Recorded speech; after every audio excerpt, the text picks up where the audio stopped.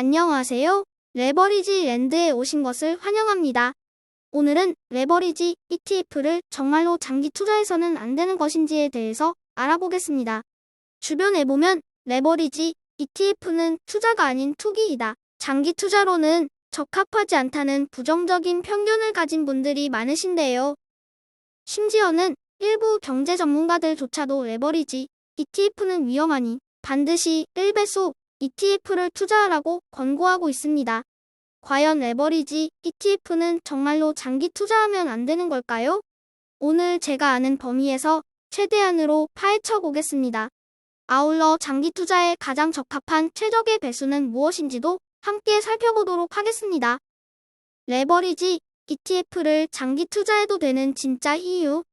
지금 시작합니다. 레버리지 ETF와 관련해서 많은 분들이 강조하시는 부분이 장기 투자 시 계좌가 녹아버릴 수 있다는 주장인데요. 그것을 전문 용어로 볼드래그 현상이라고 하며 변동성 드래그라고도 합니다. 쉽게 설명하자면 내가 100만 원을 투자한다고 하였을 때 10% 하락 시 90만 원이 되고 다시 10% 상승 시 90만 원이 100만 원이 되지 못하고 99만 원이 되어 10% 하락과 상승이 상충되어 손실률이 0이 되어야 하는데도 볼드래그 효과에 의해 손실금 1만 원이 증발한다는 것입니다. 이 같은 볼드래그 현상은 20% 하락과 상승을 반복 시 하락률이 더 크게 늘어나는 것을 알 수 있습니다. 다음으로 레버리지 ETF를 장기 투자하면 안 된다는 비관론자들의 대표적인 근거 몇 가지를 정리해 보았습니다.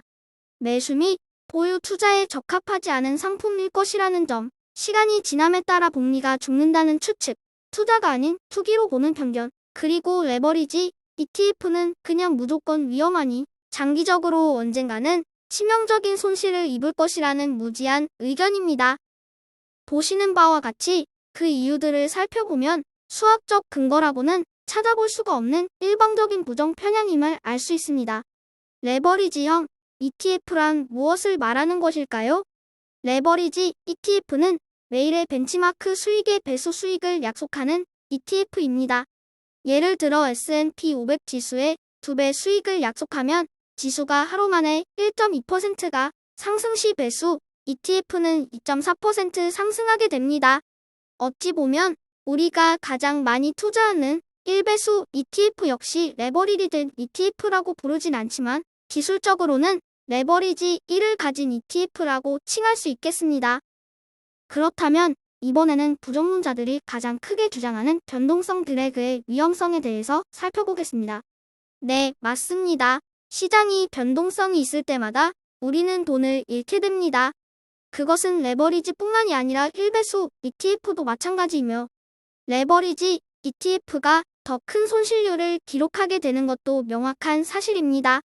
그래서 일반적으로 많은 분들이 믿고 있는 속설은 이러한 변동성으로 인해 레버리지 ETF가 0에 수렴할 것이라는 믿음으로 변동성 드래그가 적은 1배수 ETF만이 영구적으로 보유해도 안전하다고 생각하고 있습니다.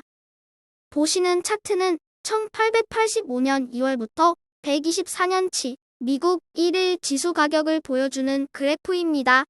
보시는 세 개의 주황색 점은 우리가 가장 많이 투자하는 레버리지 비율을 3배를 차례로 보여주고 있으며 참고를 위해 4배까지 확대해서 확인해 보았습니다. 우리의 일반적인 예상대로 0배수에서 1배수로 증가시키면 연간 수익률이 증가한다는 것을 알 수 있습니다. 그러나 부정론자들이 말하는 것과는 반대로 레버리지를 1배수 이상으로 더 높인다고 해서 수익률이 줄어들지 않고 오히려 증가하는 것을 보실 수 있습니다. 미국 시장의 124년을 통계로 한 자료라면 충분히 장기 투자해도 된다고 결론 낼 수 있지 않을까요? 좀 전에 미국 시장 124년 데이터를 통해 레버리지 ETF를 장기적으로 보유할 수 있다는 결론을 이끌어냈습니다. 레버리지 ETF의 수익률을 결정하는 근거가 벤치마크의 수익률과 벤치마크의 변동성 두 가지라는 점을 알 수 있는데요. 그렇다면 벤치마크가 긍정적인 수익을 지속적으로 이끌어낸다면, 쉽게 말해 장기적으로 우상향한다면 레버리지에 노출된 상품이 더 수익률이 좋으며 이는 변동성 드래그 손실률을 충분히 상쇄하고도 남을 만큼 가히 폭발적이라 하겠습니다. 결론은 우상향하는 미국의 S&P 500, 나스닥 같은 지수에서는 적절한 레버리지 노출은 변동성 드래그의 손실보다 큰 효과를 내서 추가 수익을 얻을 수 있다는 것입니다. 그러나 배수가 커질수록 변동성 드래그 효과도 커지기 때문에 4배수에 가까워지게 되면 그 수익률 잠식이 일어나게 된다는 사실을 상기하고 있어야 할 것입니다. 그렇다면 최적의 레버리지는 몇 배수 레버리지일까요? 다음은 미국의 S&P 500 및 나스닥을 포함한 세계 주요 시장의 20년간 수익률 그래프입니다. 보시는 바와 같이 모든 시장에서 약 2배수의 레버리지가 가장 높은 수익률을 보여주고 있습니다. 하지만 우상향을 담보하지 못하는 일본의 니케이 시장 같은 경우 결과적으로 1배수는커녕 0.5배수가 가장 안정적인 수익권이었다는 것을 볼 수 있습니다. 레버리지 ETF를 장기 투자할 수 없다는 분들의 이유가 변동성 드래그 때문이 아니라는 사실을 앞에서 증명하였습니다.